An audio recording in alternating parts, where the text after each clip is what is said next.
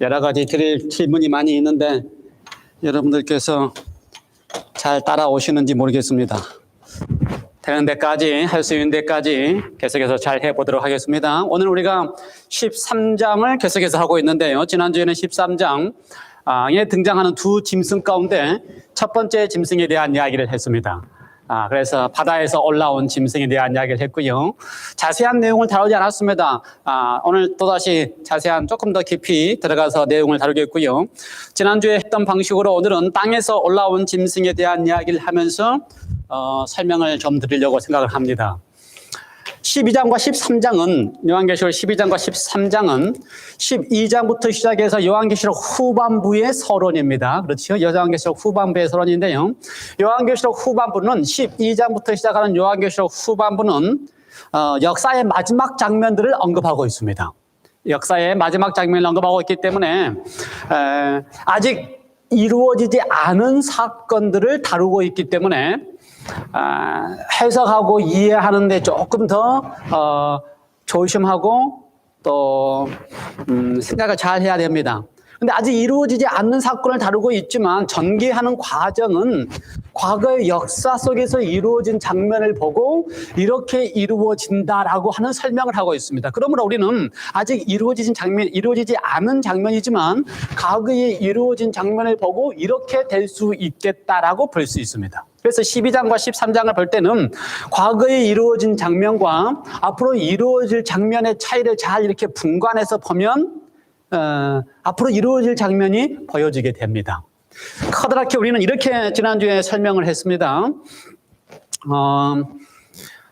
12장의 장면을 봤더니 거기에 등장하는 인물들 가운데서 특별히 우리가 잘 아는 사단이나 마귀라고 불리는 옛뱀 용이 하고 있는 일에 대한 설명을 거기에 설명하고 있죠. 그래서 등장인물을 우리가 설명을 했습니다. 처음에 등장하는 인물이 누구라고 설명했어요? 사단, 네 가지 이름으로 등장하지요. 마귀, 또는 뭐라고 등장합니까? 용, 또는 뱀이라고 등장하는 이 네 등장인물의 같은 말로 표현된 성경에서 이 말이 다 등장합니다. 용이라는 말도 등장하고 뱀이라는 말도 등장하고 사단이라는 말도 등장하고 마귀라는 말도 등장하고 그래서 이 다 한 대상인데 이 대상이 처음부터서 하늘에서부터서 싸웠다고 이야기를 했죠. 싸웠습니다. 하늘에서 싸웠다. 싸웠다고 하는 전쟁이 그냥 그 헬라어 단어가 전쟁이라고 하는 단어도 의미가 있습니다. 각 시대 역사적으로 있었던 전쟁. 그러나 그 단어 속에 그냥 우리가 아는 과거에는 칼과 활을 가지고 하는 전쟁, 요즘 무기를 하고 하는 이런 전쟁이 아니고 그 단어 속에는 역시 논쟁이라고 하는 말도 포함되어 있습니다. 그러면 사실은 논쟁이 있었다라고 하는 것이 더 맞는 말일 수도 있어요. 그래서 하나님과 사단 사이의 논쟁. 엄밀히 더 따지면 하나님이 하는 논쟁이 아니고요. 사단이 스스로 하는 논쟁이죠. 어떤 논쟁입니까? 사단이 자신이 생각하는 것에 대하여 속이려고 하는, 꿰이려고 한다. 12장에서는 꿰이는 거고요. 꿰이다라는 거 하고요. 또 하나는 거짓으로 고소한다, 참소한다는 말을 썼습니다. 이 두 가지가 핵심입니다. 그렇죠? 꿰이고 속여서 고소하는 거. 그래서 가장 처음에 거짓으로 고소한 대상은 하나님입니다. 하나님이 틀렸다. 자기가 생각한 것이 옳다. 그렇죠? 그걸 통해서 하나님이 틀렸고 자기가 생각하는 것이 옳다라고 했기 때문에 자기가 생각하는, 사단이 생각하는 하나님을 만들어 놓습니다. 모든 시대, 각 시대를 통하여 세상 역사의 각 시대를 통하여 이 존재가 생각하는 하나님. 하나님이라고 하는 표현은요, 사실은요, 모든 신에게 쓰는 표현입니다. 우리가 쓸 때는 예를 들어서 이런 하나님은 20번째 가를 쓰겠지요. 그렇죠? 그 다음에 진짜 우리가 이야기하는 참 하나님과 사단이 자기가 생각하는 하나님의 대상으로 이야기합니다. 그래서 우리가 생각하는 참 하나님도, 그렇죠? 우리가 생각하는 하나님도 우리가 성경 통해서 보면은 삼위일체 하나님이라는 것을 아시잖아요. 그렇죠? 누가 있습니까? 아버지가 있고요. 그 다음에 아들 하나님이 있고요. 그 다음에 성령 하나님이 이렇게 성경에 등장하는 표현의 이름입니다. 원래부터 이렇게 하나님이 있고 아들이 있고 성령이 있었다고 생각하지 않아요. 왜냐하면 세 분이 다 동일한 한 하나님이시기 때문에, 아들의 신분이 된 게 아니고 동일한 한 하나님이기 때문에. 그런데 왜 아들이라고 칭호를 칭하셨어요? 우리가 에베소서 공부하면서도 이야기했지만 당신 스스로가 원래는 하나님이셨던 분이 스스로가 당신을 낮춰지셔서 아들이라는 칭호를 본인이 택하신 것입니다. 그렇죠? 아들이라는 칭호를 택하신 이유는 우리가 뭐 되기 위해서? 히브리서에 의하면 형제 되기 위해서. 그래서 하나님이 있고 하나님의 아들이 있다 이렇게 생각하는 교사들도 있어요. 근데 우리가 합리적으로 생각할 때에 원래 다 세 분이 동등한 하나님이신데, 그렇죠? 동등한 하나님이신데 아들을 취하신 이유는 우리로 하여금 우리가 하나님의 아들이라는 사실을 다시 한번 이렇게 알게 하시기 위하여. 그리고 그래서 이렇게 세 분 하나 이렇게 존재하시는 것처럼, 그렇죠? 우리에게 알려지실 때 이렇게 존재하시는 것처럼 사단도 하나님의 역할을, 하나님이라는 사실을 알리기 위하여 이 세 하나님의 역할이 있다고 하는 사실을 역사 이래로 계속해서 이렇게 공언하고 있는 것입니다. 공언하고 있어요. 역사 이래로 계속해서 공언하고 있어요. 그 방법을 12장과 13장에서는 새 등장인물로서 이 삼위 하나님의 역할을 하는 것으로 표현되고 있습니다. 그래서 12장에 등장하는 첫 인물은 누구였어요? 영이고, 두 번째 13장에 등장하는 인물은 어떤 짐승이에요? 바다에서 나오는 짐승. 그래서 바다 짐승입니다. 그 다음에 13장 후반부에서 오늘 지금 나오는 짐승은 땅 짐승입니다. 이렇게 이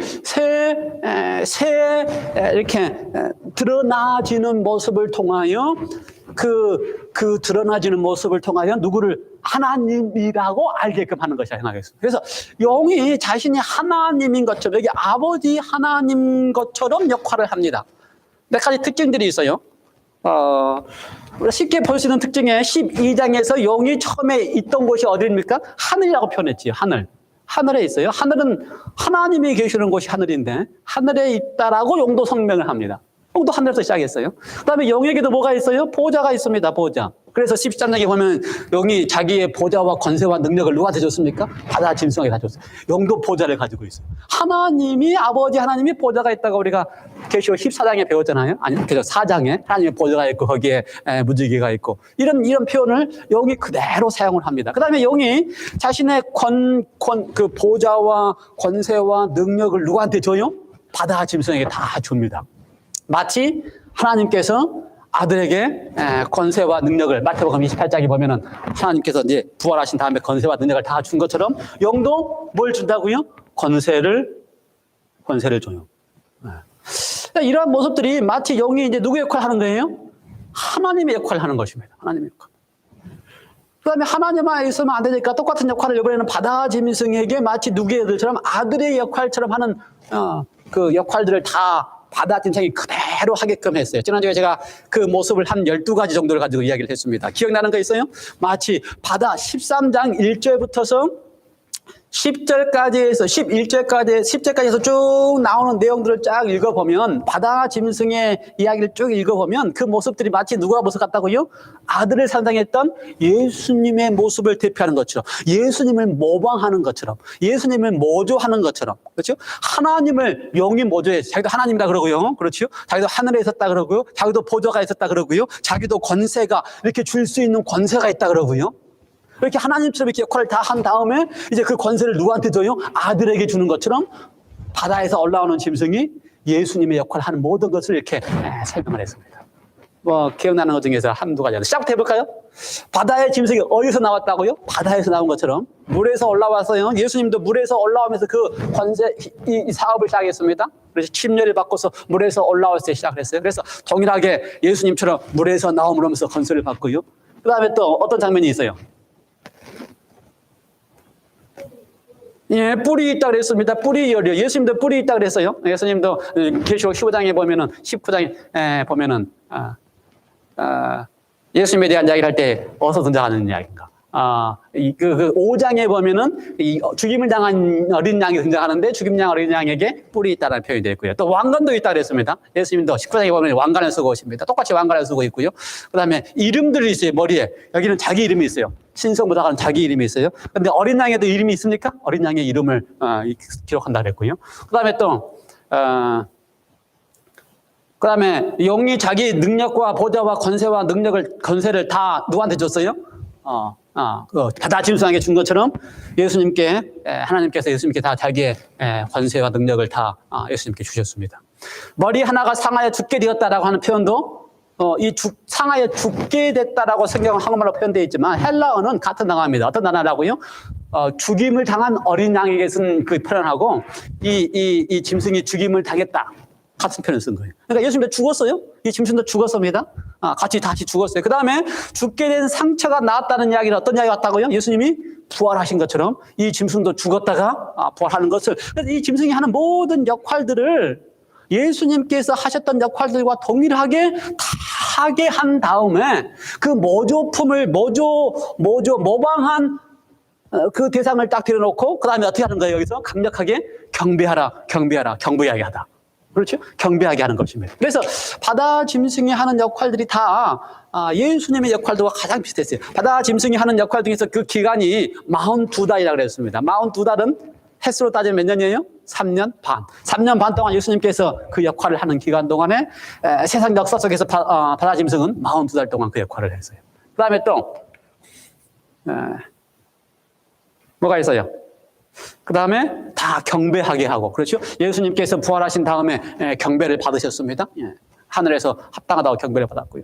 그런 일들을 바다 짐승이 다 했습니다. 그 다음에 그래서 바다 짐승은 누구를 모방했다고요? 아들인 예수님을 그대로 모방했습니다. 그래야 뭘 하기 때문에? 경배를 받기 때문에. 그 다음에 땅의 짐승은 그러면 누가 남았습니까? 성령을 모방해야 돼요. 성령 하나님을 모방해야 돼요. 그러한 모습들이 11장부터 11절부터 18절까지 읽으면 성령을 모방하고 있는 모습들로 이렇게 이해가 됩니다.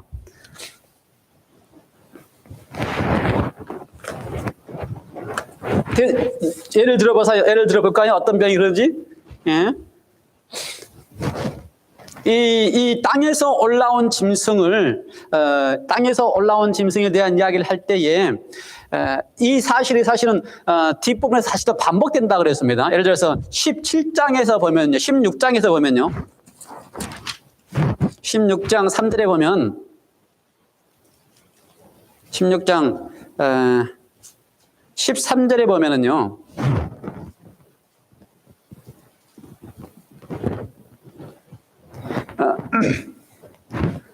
내가 봄에 그 개구리 같은 새 더러운 영이 용의 입과 짐승의 입과 거짓 선지자의 입에서 나온다. 여기서 세 가지가 등장합니다. 하나는 용, 그다음에 두 번째 짐승이 등장하고요. 그다음에 세 번째 등장하는 땅의 짐승을 대표해서 여기서는 뭐라고 표현했어요? 거짓 선지자다라고 표현을 했습니다. 그래서 땅의 짐승의 핵심에 대한 이야기가 바로 거짓 선지자입니다. 아까 제가 잠깐 이야기를 드렸지만 거짓 선지자라고 대표될 만한 이야기입니다.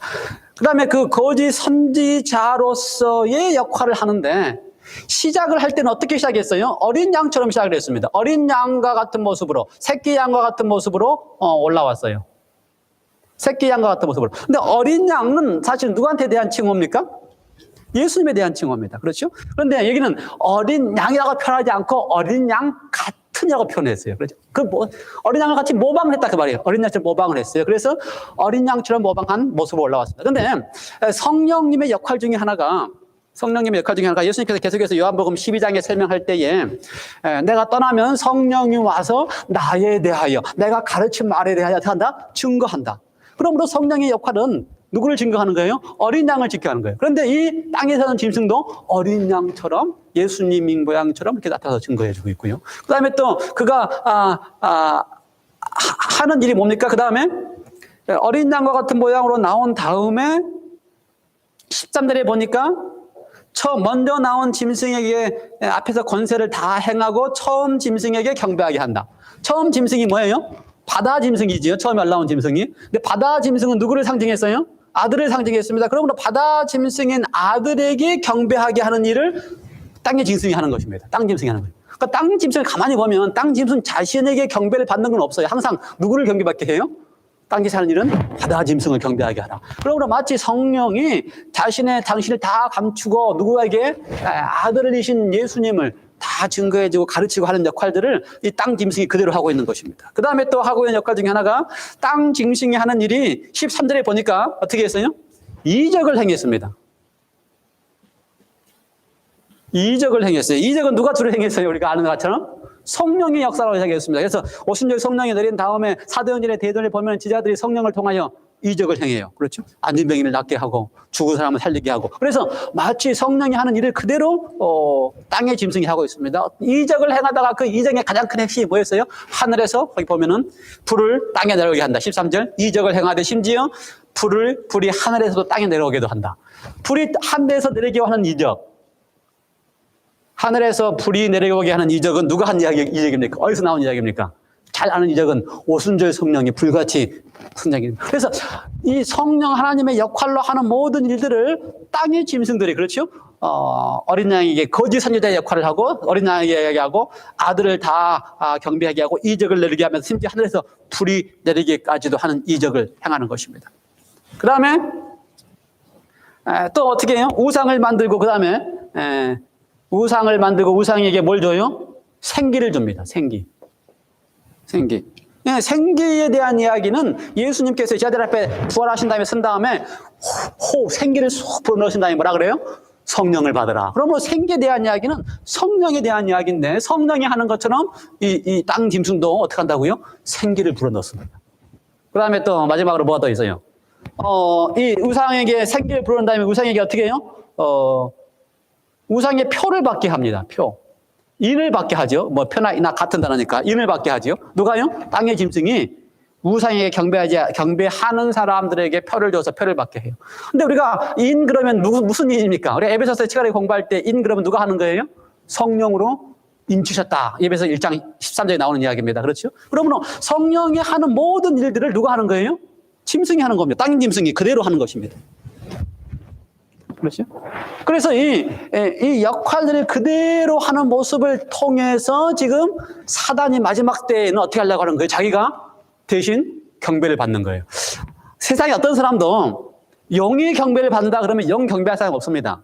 사단 경배, 어떤 종교는요, 그 형상이 영인 종교도 있어요. 아시아에 많은 종교도 가운데. 또 뱀인 종교도 있어요. 그 진짜 자기가 드러내고 하는 거고, 사실은 다 어떻게 해요? 이렇게 모조품을 내어놓고 그 배후에서 누가 경배를 받는다고요? 사단이 경배를 받는다고요. 하나님인 것처럼 경배를 받는다고요.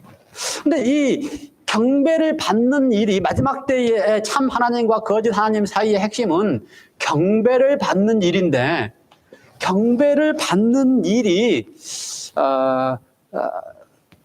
왜 중요할까? 왜 중요할까? 그렇죠? 사실은 하나님도 경배를 받습니다.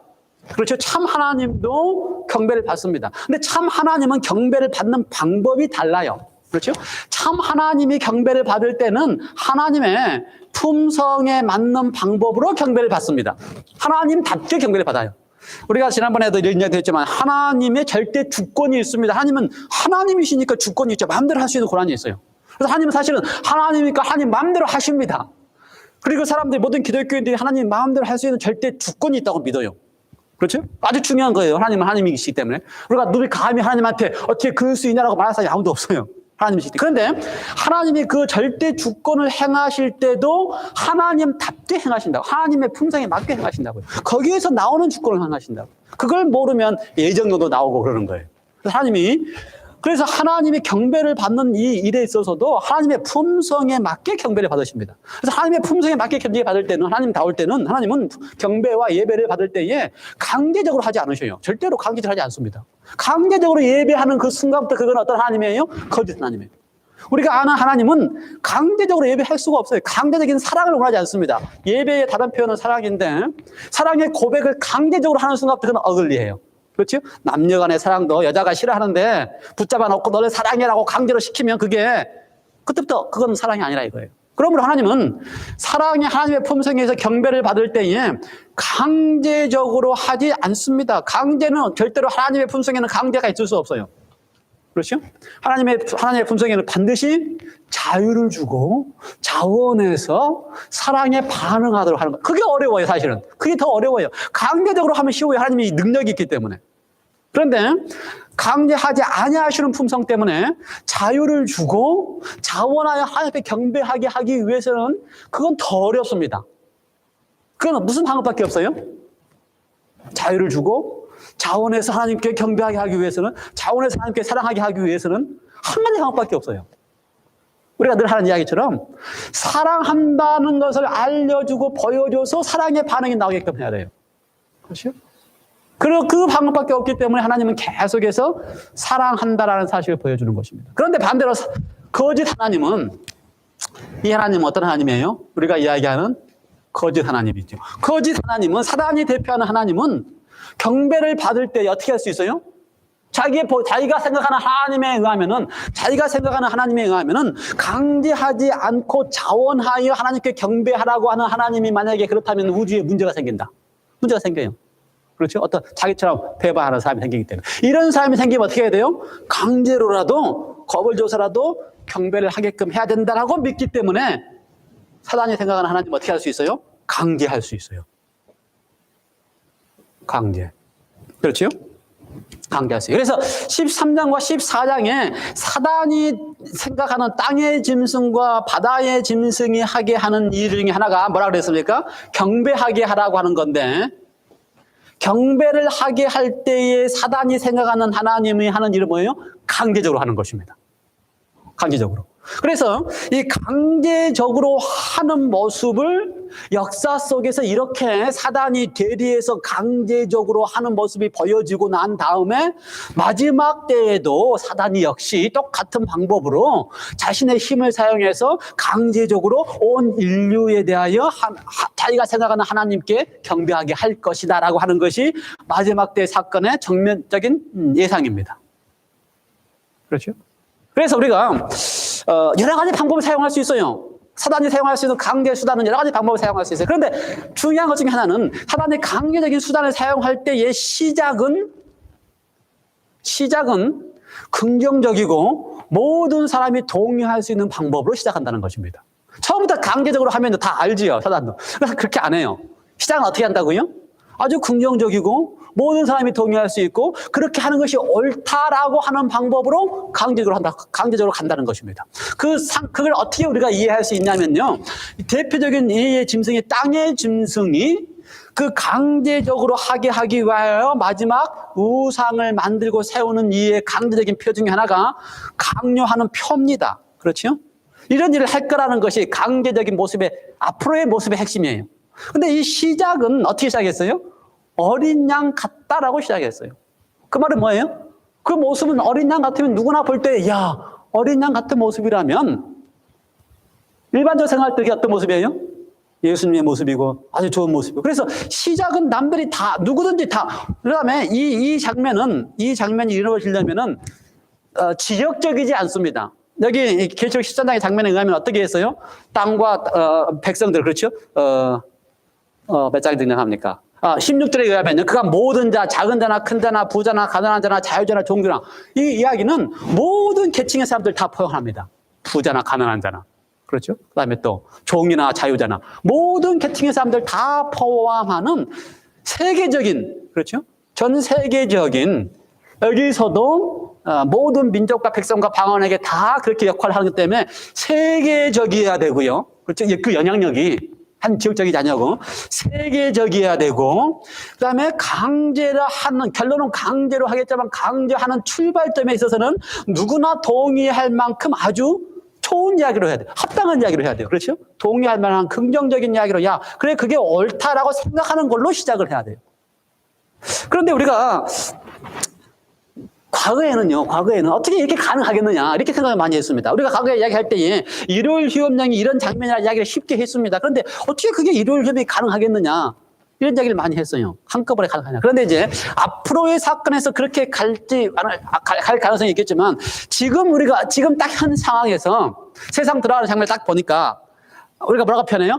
팬데믹. 전 세계적입니다. 일단은요. 전 세계적이고요. 팬데믹 때 사람을 이렇게 제한하는 것이 더 훨씬 더 합리적이에요. 그렇죠? 그것도 강제적으로 제한하는 것이. 그래서 주지사가 우리 이렇게 법적으로 이렇게 하는 것을 그걸 제한하는 것이 더 사람이 볼 때도 합리적이에요. 한국같이 코로나가 이렇게 심해지면 교회가 문을 닫게 하는 것이 더 사람이 볼 때도 합리적이에요. 그래서 지금의 와서의 장면을 보면 이 요한계시록이 가르치는 장면이 가능성이 있겠구나. 두 가지 측면에서, 하나는 전 세계적인 일이 될 수 있고, 또 하나는 그게 옳은 일이라고 다 판단한 일이 될 가능성이 있겠구나. 그렇죠? 최소한 그거는 우리가 지금의 입장에서는 한 번도 경험해 보진 지금의 입장에서는 이 일이 우리가 한 번도 경험해 보지 못했다 할지라도 가능성이 있겠구나. 두 가지 관점에서 전 세계적으로 이게 일어날 수 있겠고, 또 하나는 누구나 동의할 수 있는 모습으로 시작할 수 있겠구나 라고 하는 것에 대해서는 저는 지금 그건 동의할 수 있어요. 그렇게 해석하는 것에 대해서 제가 지금까지 보고 느꼈던 판단에 의하면. 그렇죠? 그래서 이 막연했던 예언이 그냥 막연한 예언이 아니고 현실화될 수 있는 예언이겠다. 하나님의 예언이. 그렇죠? 현실화되겠다. 팬데믹이 될 수 있고 모든 믿지 않는 사람들까지도 다 그게 옳다라고 동의하는 방향으로 강제할 수 있는 수단으로 갈 수 있겠다. 예, 여기까지 하고요. 여기에서는. 그 다음에 오늘 하려고 하는 이야기의 핵심은 또 돌아가면요. 이 지금 사단이 강제하려고 하는 핵심에 있어서의 대상은 강제적으로 하나님을 섬기게 하려고 하는 것입니다. 그렇죠? 하나님을 섬기게 하는 거예요. 그래서 하나님이 처음부터서 하나님을 섬기는 일에 있어서 하나님을 제대로 섬기도록 하는 방법에 대한 대비책을 해 놓으셨습니다. 이 대비책에 대한 이야기를 요한계시록 12장에서는 그 여자의 남은 자손에게 주었던 것이 뭡니까? 하나님의 계명과 예수에 대한 믿음이라고 표현을 했어요. 근데 하나님의 계명을 가지고 한번 보십시다. 우리는 하나님의 계명에 대한 이야기를 할 때 우리 제칠 안실 예수 재림교회는 주로 넷째 계명에 대한 이야기에 대해 관심이 참 많아서 거기에 대한 이야기를 많이 합니다. 그런데 사실은요, 하나님의 계명을 다도 이야기해도 사실 하나님의 계명은 돌비에 두 개의 돌비에 그렇죠? 돌비를 두 개를 썼고요. 사실은요, 고고학자들이나 학자들에 따르면 돌비의 앞쪽과 뒤쪽에 다 썼다고 이야기를 합니다.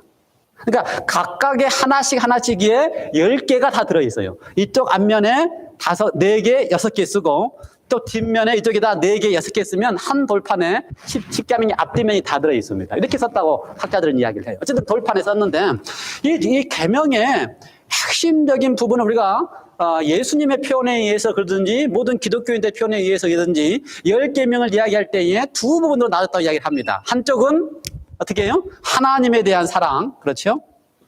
하나님에 대한 사랑이라고 표현하고 두 번째 쪽은 6번째부터 10까지는 뭐라 그래요? 이웃에 대한 사랑.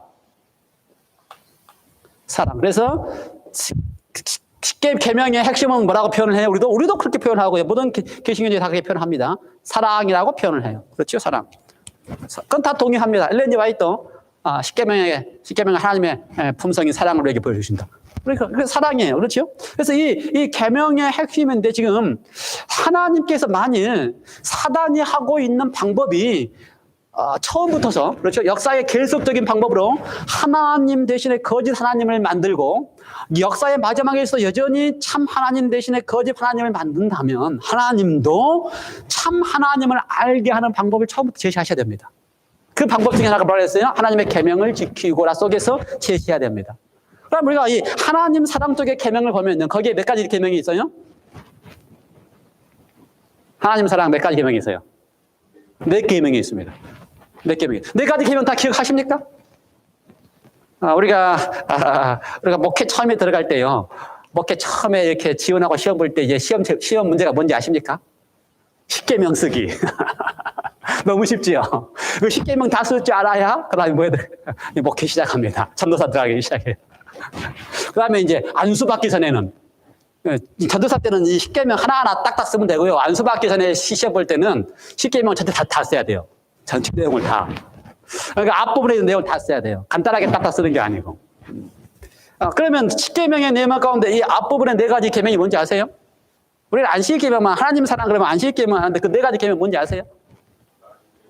오케이. 나 외에 다른 신을 내게 두지 말지라. 첫 번째 계명입니다. 나 외에 다른 신을 두지 말라. 첫 번째 계명이에요. 나 외에 다른 신. 그러니까 하나님 외에 다른 신을 두지 말라. 이게 하나님이 지금 처음부터 시작된 경배의 문제에서 딱 제시하신 것입니다. 내가 하나님이야. 내가 하나님이야.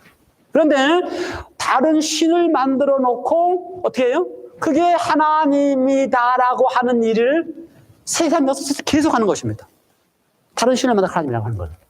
그러니까 하나님은요, 사실은 아담과 하와 이후로 계속해서 모든 민족들에게, 모든 사람들에게 하나님 대신에 다른 신을 만들게 하는 게 사단의 방법이에요. 사단의 방법이에요. 그래서 우리는 성경에 보면 수많은 다른 신들이 있습니다. 사단은. 세상 역사에 하나님이 없는 곳에서는 다 뭐가 있어요? 다른 신이 있어요. 다른 신을 만들어 놓습니다. 다른 신을 만들어 놓으면 그건 뭐예요? 하나님 대신에 거짓 하나님께 대한 경배가 되기 때문에 하단은 그래서 항상 첫 번째 계명을 무너뜨리는 게 힘입니다. 하나님을 만드는 거예요.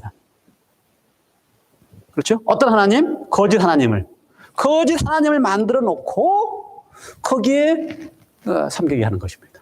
그래서 세상 역사 가운데 거짓 하나님의 모습을 다 보면요, 그 거짓 하나님들은 다 참 하나님의 품성과 다릅니다. 품성이 달라요. 세상 역사 가운데 나타나는 모든 거짓 신들은 다 참 하나님과 구별됩니다. 구별하는 방법이 뭐밖에 없어요? 능력으로서 구별이 안 돼요. 하나님의 능력으로서 구별하면 구별이 안 됩니다. 왜냐하면 거짓신을 믿는 사람들이 왜 거짓신을 믿어요? 그 능력이 최고라고 믿기 때문에. 심지어 이스라엘 사람들이 출애굽한 다음에 가나안에 들어가서 왜 바알신을 섬기냐 압니까? 가나안에 들어간 다음에 가나안 민족들이 바알신을 섬기는데 이스라엘 민족들은 한 번도 바알신을 섬겨본 적이 없습니다. 그런데 가나안 민족이 섬기는 바알신은 어떤 신이에요? 농사신이에요. 그런데 이스라엘이 딱 정착하고 나니까 그다음부터 뭐 해야 돼요? 농사해야 돼요. 가만히 보니까 가나안 그 정착에 있던 가나안 사람들 다 없앴으면 되는데 하나님 말씀대로 안 없애고 나온 거 보니까 그 사람들이 섬기는 신이 누구예요? 바알신을 섬기는데 바알신을 섬기면 비가 오고 해가 뜨고 농사가 잘 돼요. 그래서 아하, 우리도 바알신을 섬기면 농사가 잘 돼요. 그래서 바알신을 섬기는 거예요. 그러니까 능력면에서는 자기가 믿는 하나님보다 가나안 사람들이 섬기는 바알신이 농사 짓게 하는 데서는 더 나을 거라고 생각하니까 바알신을 섬긴다고. 그러니 능력을 가지고 내가 더 능력이 있으니 하나님 나를 섬기라 그래가지고는요 사람들한테 안 통한다 이겁니다. 안 통해요. 그래서 하나님을 참 하나님을 섬기라 할 때는 나 외에 다른 신을 섬기지 말라 할 때도 하나님의 품성 속에서 그 말씀을 하신 거예요. 거기서 구분될 수 있기 때문에. 그래서 하나님은 구약에서 계속 하신 이야기가 나 같은 신이 없다. 나는 다르다는 것입니다. 달라야 돼요. 능력에서는 하나님 따라서 신이 없습니다. 그런데 사람들은 그걸 몰라요. 그렇죠? 그러니 자기가 믿는 신책으로 하지만 나 같은 신이 없다라고 할 때 하신 그 말씀 하나님 나는 능력이 있다는 말이 아니고 나는 품성에서 나의 본성에서 내가 하나님으로서 나타나지는 그 모습에서 다르다. 그래서요 나 외에 다른 신을 두지 말라라고 하는 이 첫 번째 계명에 대하여 사단은 어떻게 해요? 그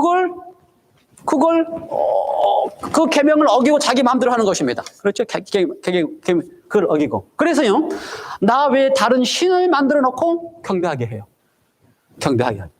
그래서 첫 번째 계명에 대하여 사단이 도전을 해요. 그래야지만 하나님의 사랑이 없어지고 자신이 경배를 받기 때문에. 두 번째 계명은 뭐예요? 나 외에 다른 신을 두지 말라 한 다음에 두 번째 뭐라 그랬어요? 우상을 만들지 말라. 그래서 설명하지요. 하늘에 있는 것과 땅 안에 있는 모든 것에 대하여 우상을 만들지 말라. 예, 우상을 만들지 말라고 하는 것이 하나님의 방법입니다. 하나님께서 다 미리 아셔요. 그렇죠. 아시고 이렇게 설명을 하신 거예요. 이렇게 돼야지만 참 하나님의 품성에 돌아가기 때문에.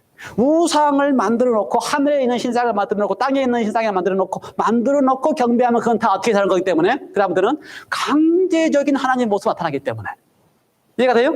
그래서 우상을 만들지 말라 그러는데 역사 속으로 계속해서 인간이 존재하는 한은 그 다음에 하나님을 잊어버리고 사단이 가르쳐주는 거짓 하나님에 대하여 빠지기 시작하면 그 다음부터 뭘 만듭니까?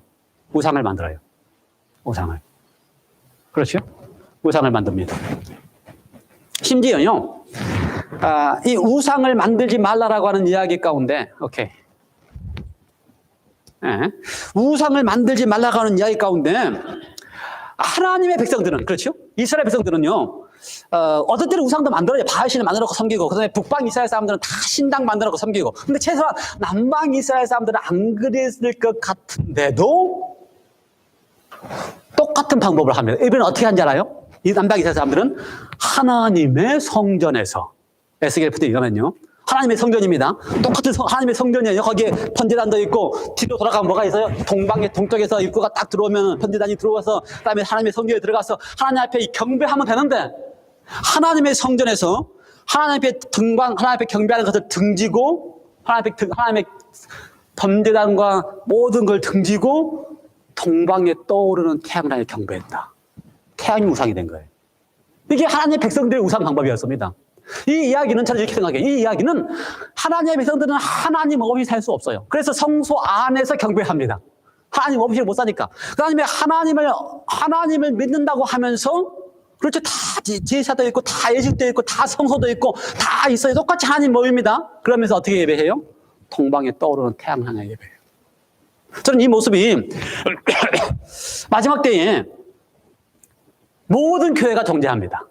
제7의 안식 예수 선교 포함해서 전 세계 모든 교회가 그대로 존재합니다. 그대로 하나님을 믿는다고 이야기합니다. 그렇죠? 그런데 어떻게 할 수 있어요? 거짓 하나님을 그대로 섬길 수 있어요. 마치 이스라엘 백성들이 하나님의 성전에서 똑같이 예식을 다 하면서 동방에 떠오르는 태양을 향하여 예배한 것처럼. 그래서 마지막 때의 싸움은 하나님을 믿느냐 안 믿느냐의 싸움이 아니고요. 마지막 때의 싸움은 어떤 하나님을 알고 믿느냐의 싸움입니다. 그러니까 사단이 마지막 때는요, 하나님을 못 믿게 하는 게 아니고 하나님을 어떻게 한다고요? 잘못 믿게 하는 것입니다. 거짓 하나님을 믿게 하는 것입니다. 항상 거짓 하나님을 믿게 하는 거예요. 그렇죠? 자신이 만들어 오는 하나님을 믿게 하는 것입니다. 세 번째는 뭐예요? 이 네 번째 강경, 세 번째 계명은 여호와의 이름을 망령태에 이끌지 말라. 이름을 망령태에 이끌지 말라. 가장 첫 번째 해석할 수 있는 것은요, 사단이 하는 이름은 이름을 망령태에 이끄는 걸 합니다. 이게 여기 가운데 뭐라고 되어 있어요? 신성모독이다라고 표현되어 있지요. 또는 참담된 이름이라고 표현되어 있어요. 참담된 이름. 그냥 말 그대로 이름을 망령되게 이룰 수 있어요. 자기가 하나님이라고 하는 이름으로. 쉽게 표현하면 자기가 하나님이라고 하는 표현들을 많이 합니다. 많은 기독교가 다 그렇게 해요. 뭐 천주교만 자기가 하나님이라고 그런 게 아니고, 심지어 우리 아까 좀 전에 이야기했던 정광훈 목사 같은 경우도 자기가 마치 하나님 것처럼 해요. 그분의 설명 가운데 보면은요, 제가 안 옮기겠지만 심지어 어떻게 하는지 알아요? 하나님도 자기 발밑에 있다. 이렇게까지 표현해요. 뭐 엄청난 이야기를 합니다. 꽤 참난된 이름이에요. 심성모독. 이렇게 할 겁니다. 그런데요, 대놓고 이야기하면 뭐 다 하나님이 알지요. 우리가 하나님 믿는 사람들은 웬만하면 알까요? 예를 들어서 맹종하는 무리들은 그렇게 이야기해도 좋다고 따라다니지만 기본 상식이 있는 그리스도인들은 그거는 맞지 않다. 하나님의 신성보다 이렇게 알 겁니다. 그런데 여호와의 이름을 망령태에 이끌지 말라라고 하는 이야기에 이 하나님의 품성과 사랑 속에서 우리가 이해를 한다면 이 전체가 이야기가 뭐라고 얘기해? 이거 지금 뭘 설명하는 거라고요? 그러니까 예를 들어서요, 그냥 살인하지 말라. 그 이야기가 살인하지 말라로 끝나지 않습니다. 그건 뭐에 포함되어 있는 거예요? 그를 통해서 우리로 하여금 하나님의 사랑을 배우라는 것에 포함되어 있는 것처럼 이 계명 속에서도 그냥 여기 하나를 지키라는 의미가 아니고 뭐가 포함되어 있는 거라고요? 그 속에 하나님의 품성을 알도록 하는 게 포함되어 있는 거예요. 그러므로 하나님의 이름을 망령태에 이끌지 말라라고 하는 이름의 핵심 속에는 그냥 이름을 모독하거나 신성 모독하지 말라는 이름뿐만 아니라 거기에 뭐가 포함되어 있다고요? 우리가 잘 아는 것처럼 하나님의 품성에 대하여, 그렇죠? 올바로 깨달아 알아라는 게 포함되어 있어요. 하나님의 이름은 거기에 뭐가 포함되어 있다고요? 하나님의 reputation이나 캐릭터가 포함되어 있기 때문에. 그래서 하나님의 품성을 올바로 깨달아 아는 것이 중요하다. 올바로 깨닫지 않고 내가 생각하는 하나님이라고 마음대로 하는 것은 하나님을 어떻게 하는 것이다? 하나님의 품성을 모독하는 것이다. 하나님이 강제할 수 있고 하나님은 그렇게 할 수 있는 하나님으로 주권이 있어서 하나님이 마음대로 구원할 사람은 구원하고 구원하지 않고 싶은 사람은 안 하는 하나님이 주권이 있다고 마음대로 해석하는 것 자체가 뭐라고요? 하나님의 품성을 모독하는 것이다.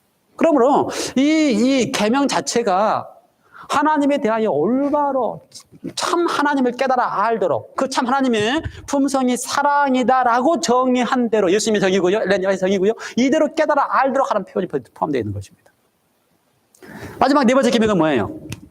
사단이 공격하는 마지막 안식일. 예. 그러니까 사실 이 장면들이 사실 이 장면 속에 다 들어있어요. 뭐 들어있습니까? 첫 번째, 하나님 대신에 거짓 하나님을 만들었고요. 그 다음에 우상을 만들지 마라 그러는데 땅의 짐승이 우상을 만들었고요. 그렇죠? 그 다음에 또 이름을 망령태에 엮이지 마라 그러는데 신성 모독도 했을 뿐만 아니라 참다운 하나님의 품성과 다른 하나님의 모습을 그대로 나타내주고 있고요. 그 다음에 네 번째, 우리가 아는 것처럼 뭐예요? 여기는 하나님의 사랑에 대한 계명 가운데 안식일을 기억하여 그렇게 지키라. 예? 안식일을 기억하여 그렇게 지키라.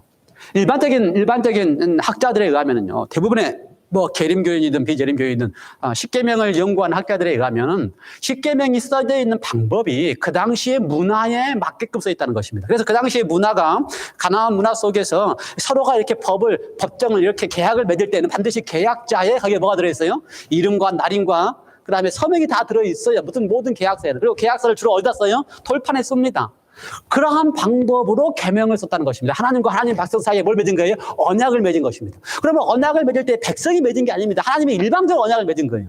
그렇죠? 백성은 뭐라 그랬어요? 내가 지키겠나이다라고 했지만 그것도 틀린 거였어요. 뭐라 그러면 돼요? 우리는 하나님 일반적으로 약속하면 우리는 내가 하나님 하신 약속을 믿나이다 그러면 돼요. 우리가 히브리서 공부에서 늘 그렇게 얘기하시죠. 계명은 지키는 게 아니고 뭐라고요? 믿나이다. 하나님 하신 약속이기 때문에. 근데 하나님이 일방적으로 하실 때의 그 약속하신 분은 항상 그 당시의 문화에 의하면 뭘 한다고요? 그 약속한 그 주체가 자신의 날인을 한다고요. 이름과 그다음에 그 지명 한 사람의 뭐라 그럽니까? 포지션. 나는 나는 누구고 이름과 그 사람의 뭐라 그럽니까? 그걸.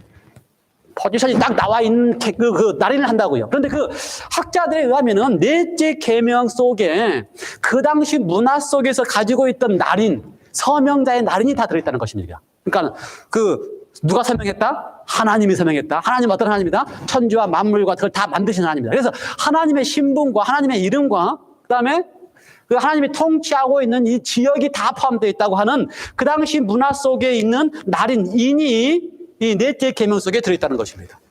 문화 속에서도 그러니까요. 하나님이 하나님의 언약을 맺으면서 당신이 하는 그 당시에 이해하고 있는 백성들이 이해하는 방법으로 내가 너희에게 언약을 맺었다고 하는 이야기를 그분의 이름, 그분의 통치 지역, 그분의 권위에까지 다 설명해 놨다는 것입니다. 그래서 그러니까 이 속에서 보면 그게 뭐예요? 하나님이 우리와 언약을 맺으셨구나 것을 알 수 있게. 그 하나님의 하나님의 표 대신에 다른 인을 만들어내고 가지고 있어요. 그러므로 사단은 거짓 하나님이 우리에게 제시하셔서 계명 속에서 주셨던 이 네 가지의 이 모든 것을 하나님 사랑에 해당되는 모든 것을 다 잊어버리게 하거나 다르게 만들거나 또는 어떻게 해요? 비슷한 모양으로 꾸며 놓아가지고 그렇죠? 그 다음에 그걸 어떻게 하는 겁니까? 진짜 참 하나님의 모습을 잊어버리게 하는 것.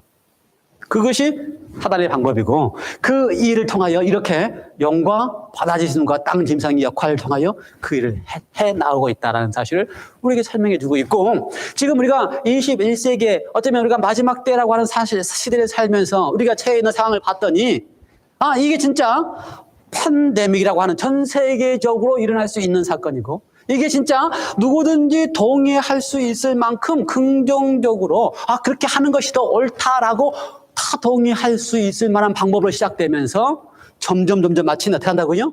하나님의 계명이 이야기한 하나님의 사랑에 대한 모든 것들을 제하고 그다음에 사단이 강조하는 방법은 어떤 방법이라고? 이 하나님도 어떻게 할 수 있다? 첫 번째는 강제할 수 있고 강제적으로 말을 듣지 않으면 그 다음에 뭐 할 수 있어요? 핍박할 수 있습니다. 그것이 역사가 제시하고 사단이 사용한 하나님을 믿게 하기 위한 강제력과 핍박이에요. 그것이 마지막 때도 사단 여전히 이 계명을 이걸 통하여 하나님의 품성에 맞게 사랑하려고 하는 사람들에게 하나님을 어떻게 사랑해야 된다고요?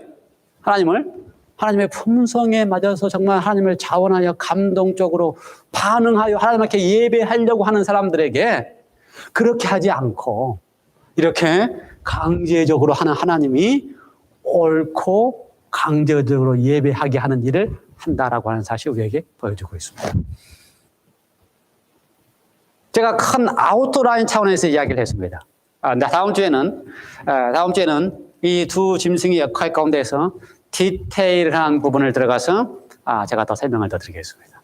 이해가 됐어요? 큰 장면이 보입니까?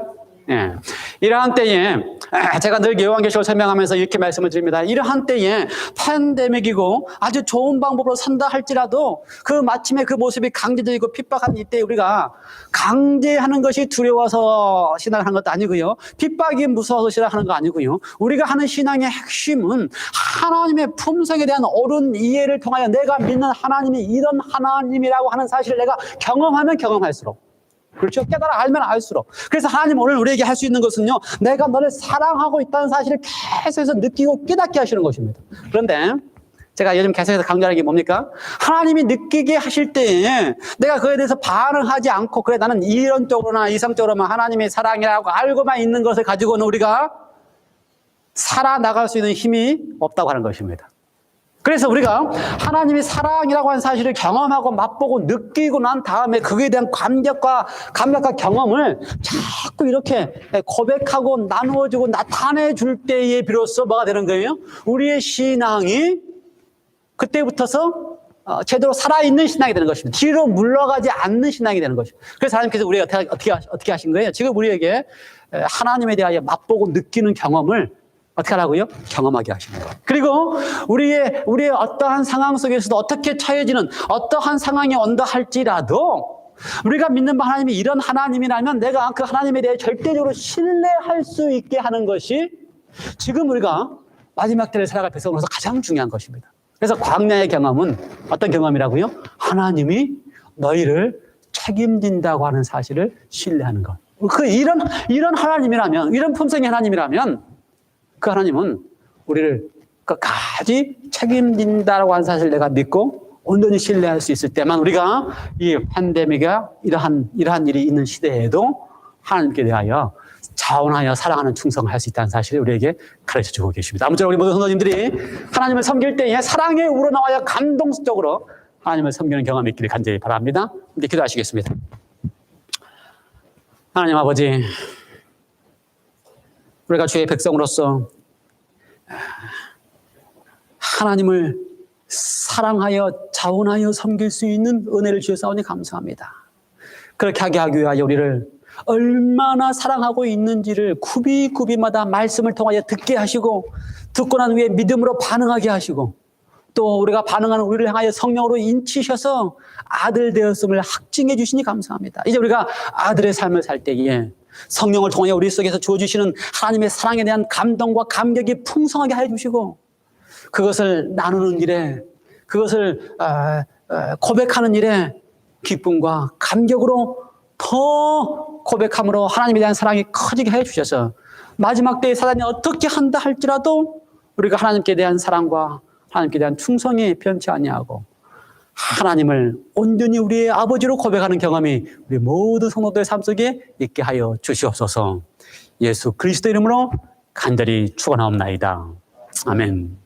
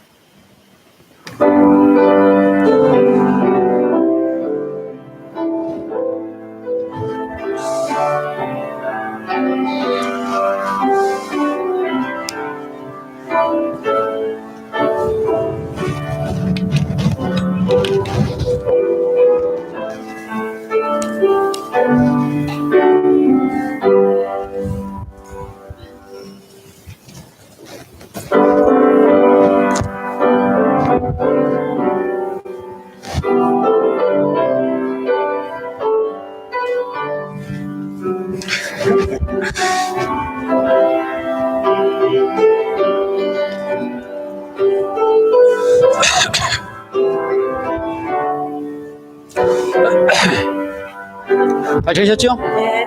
문제 없고요? 재미있어요? 재밌어요?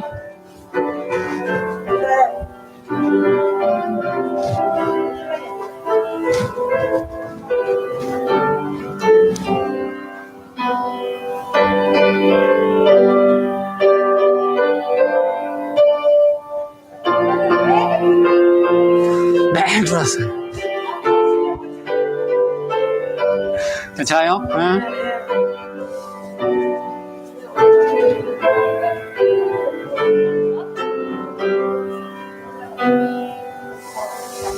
야, 반갑습니다. 아, 이제 연습이 됐네. 이제 딱 잘하시네, 이제.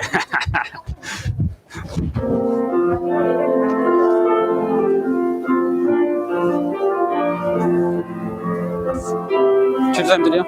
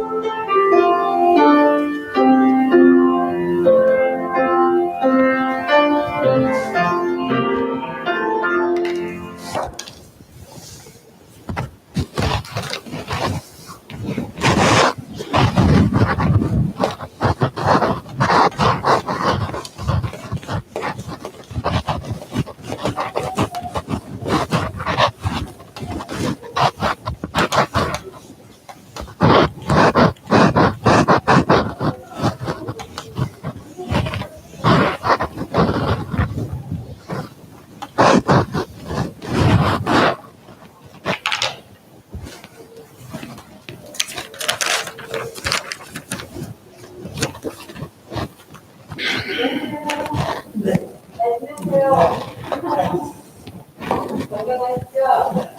다행입니다.